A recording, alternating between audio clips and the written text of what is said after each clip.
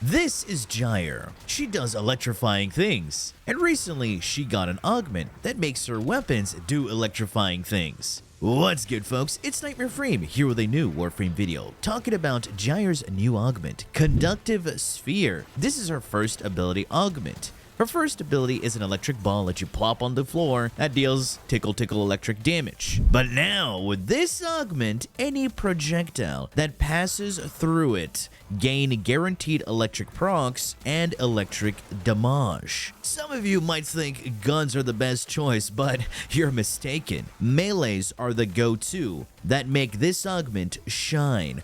Why? Simple. Because of melee influence. Bro, we are willing to negotiate anything but that. Please, bro. Please. We can flip a coin, rock, paper, scissors, Uno. And those who are thinking about Contagion, I tried. It didn't work because of weird priority interactions. So the second thing I thought of was Bleach, the anime. Yes. And brought out the SYAM, aka Engets. SYAM's heavy attack releases this flaming projectile similar to Excalibur's waves. However, it travels really fast and far and climbs obstacles. And it was, of course, disgusting. Sentient is on Gyre. Look out for triggers. This is so good.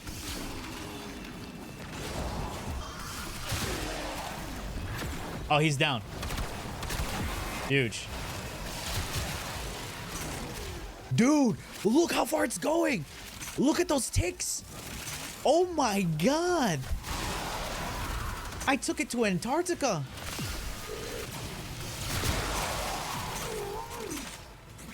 You see where it's going? And for sure, I did try other melee weapons, and I have to say we found quite a few that worked very well. But the best one was a gunblade. Damn! That's the whole f***ing crew! Because we can now aim, shoot, and trigger AoE electric kabloomies. And all the other gunblades sucked, except the VASTILOK. It has decent stats overall, but the multi-shot and range is what carries this weapon, as it's the only gunblade that has the second highest pellet count of 9, that's 1 off from the Redeemer Prime, but the largest range. It's pretty much a sniper melee. Now imagine a shotgun sniper that deals AoE electric kabloomies. It was the perfect weapon for this build. Another thing to note, there's a quote-unquote feature, you guys know what I mean when I say that, where you get constantly electric procced if you're within your electric ball. So hopefully, DE fixes this. Alright, here we are in the simulacrum taking a look at the Gyre setup. As you can see, I have replaced my second ability with Roar. Roar is a universal damage multiplier. Not only that, it's also considered a faction damage multiplier. So if you're using it with weapons, it's like a free faction mod. And right here we have the VASTILOK. Let me show you how the gameplay loop works. So let's spawn in Xmas units, because, you know, they got some overguard and they're little tanky boys. Alright, we're gonna do a little bit of void slinging here to get power transfer and sling strength. So that's casting speed and some additional strength, because her third and fourth ability are really slow. So we want to have the fastest casting speed when we initially cast them. So 3, 4, roar. That rhymes. There. And this was just 3 times combo. What happens when we build up our combo? Just like that. Kabloomies go kablooming. So that's just with the VASTILOK. Let's check out the SYAM real quick. So when you heavy attack, you release this little fire wave right there. You see? We have no combo, so that means we don't have any damage multiplier. But we do have galvanized reflex, so that means when we kill an enemy, we'll build up some initial combo. So again, Madurai, 3, 4, roar, 1. And heavy attack. Yep. So now we built up 5 times combo. Not bad. Just like that. Everything is dead. And we're getting bonus crit because we're proccing electricity. And that's because of her passive.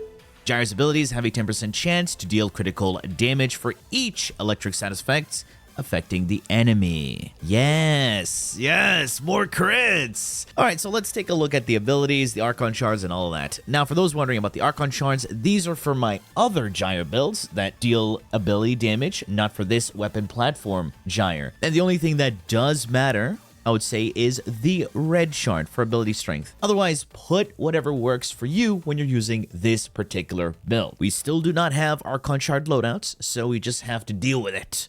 And I'm not going to remove these. Now, the Helminth is Roar. Again, as I said, it's a universal damage multiplier. That's also a faction damage multiplier. We get a bunch of strength, we go Roar, and we do more damage. Simple as that. Like, nothing. Nothing that special. And of course, we have the Augment on the first ability. As you can see, we get bonus electric damage right there, 148%. Guaranteed. That means you don't need to mod electricity on your weapon. Also, when you heavy attack, this deals heat. But this is a separate instance of elemental damage application. So it's not combining with your elemental damage. It does have a larger weighting, but the thing is, when you proc influence, it will spread every modded element on your weapon. So if your weapon has viral and it has heat, it will spread viral and heat. That's why SYAM is really strong for its initial heavy attack, and it will just blow everything up. However, VASTILOK is more comfort because you don't have to worry about certain terrain. You just aim and shoot. Well, technically you don't shoot, you just look at an enemy and melee them, and it shoots for you. So now let's go over the Gyre build real quick. Curse Projection, Strip Armor, so more damage. Cathode's Current, we're using this to upkeep the abilities even further because we're going to get some additional discharges, kabloomies, so this is a nice damage synergy to have. So Cathode Current is going to be really nice to maintain all your buffs a lot easier. Conductive Sphere is the first ability augment. So it's a double augment setup. Now for the strength increases, you can see I have multi-augmented, blind rage, and umbral intensify. I'm using one range modifier here with overextended. It does reduce my strength, but we get bonus range. Multi-augmented will counteract that, so we're going to get a lot of upfront damage when we kill enemies. Rolling Guard for survivability. Prime Flow for the large energy pool, and Intensify. Because this build is not about spamming your abilities a lot, it has decent duration, right? So the uptime on these is going to be decently high. It's 15 seconds. You can spawn 3. You're going to kill things pretty fast. Within those 15 seconds, you're going to kill a lot. Energy will drop, and you have your third ability to regenerate energy. So there's no need to have anything like Energize or like that. Your guns need Dexterity Arcanes for combo duration. Otherwise, if you're using the heavy attack SYAM, the combo duration really doesn't matter. So for those wondering, how do you maintain your combo? Dexterity Arcanes on your guns. Starting off with the SYAM build.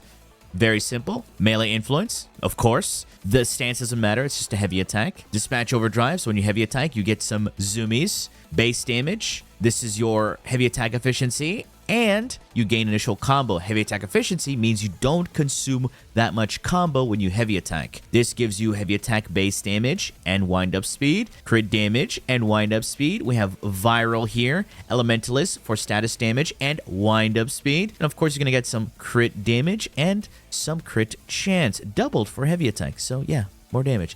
Very simple build. You can see it has no electric because we have forced electric procs. Boom, influence spreads everything. Now onto the VASTILOK build. You can see right there, it's modded for viral. Build is simple. Discipline's merit, so gigafast Tennokai. And you know what's even better? With VASTILOK, you're doing multiple hits per attack. So this fills up super quick. You're going to be seeing a lot of Tennokai here and there.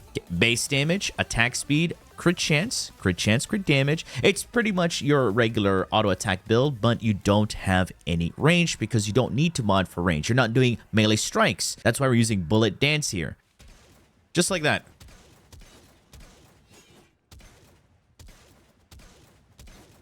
We don't even finish with that final hit. So if you spawn enemies, just for example, you see, that was a one hit, we got Tennokai. And we already filled up 2 stacks of Discipline's Merit. That's another Tennokai.